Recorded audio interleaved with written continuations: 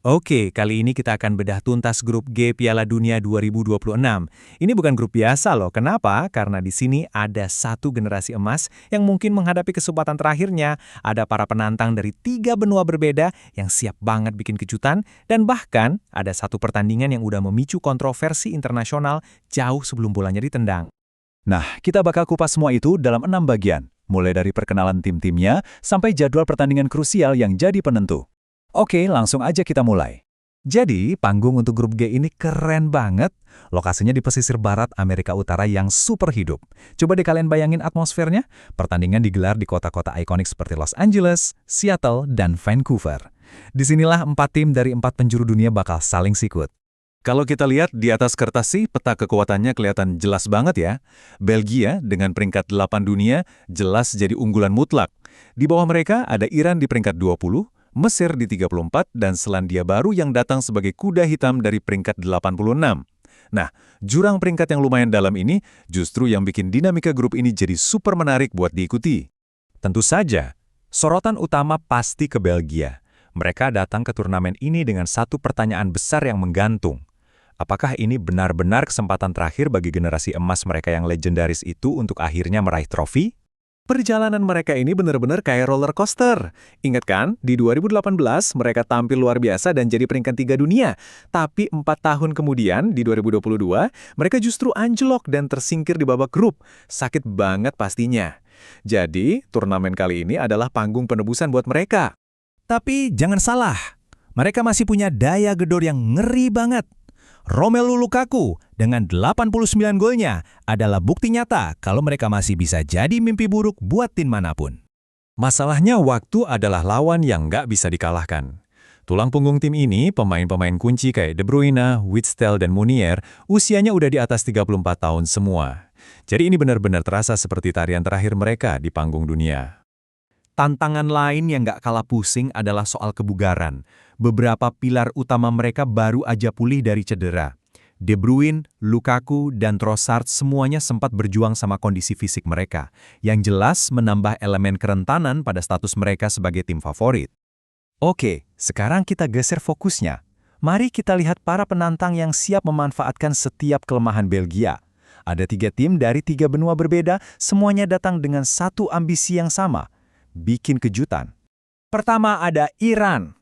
Sebagai tim dengan peringkat tertinggi kedua di grup, mereka ini langganan Piala Dunia. Ini penampilan ke-7 mereka loh.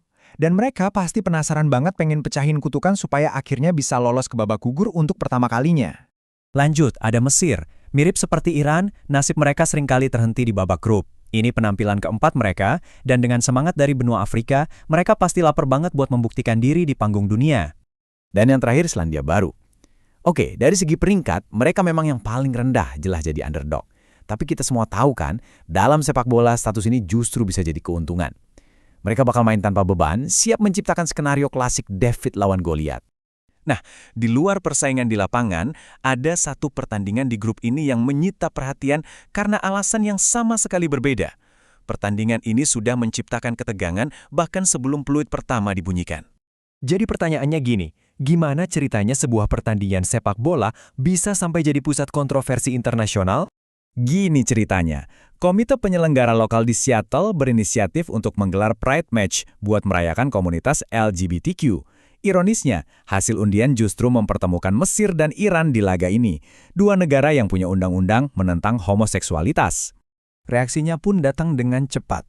Presiden Federasi Sepak Bola Iran, Mehdi Taj, secara terbuka menyatakan keberatan mereka.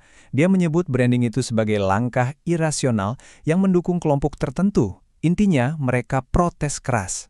Mesir juga mengambil sikap yang sama tegasnya. Mereka mengirim surat resmi ke FIFA, menyatakan penolakan secara mutlak terhadap segala hubungan antara pertandingan mereka dengan perayaan Pride. Ini jelas menciptakan situasi diplomatik yang rumit di sekitar pertandingan itu. Sementara kontroversi membayangi salah satu pertandingan, masa depan justru terlihat cerah bagi Belgia. Di balik narasi generasi emas yang menua, ternyata sudah ada gelombang baru talenta-talenta muda yang sangat menarik dan siap unjuk gigi. Coba deh perhatikan nama-nama ini.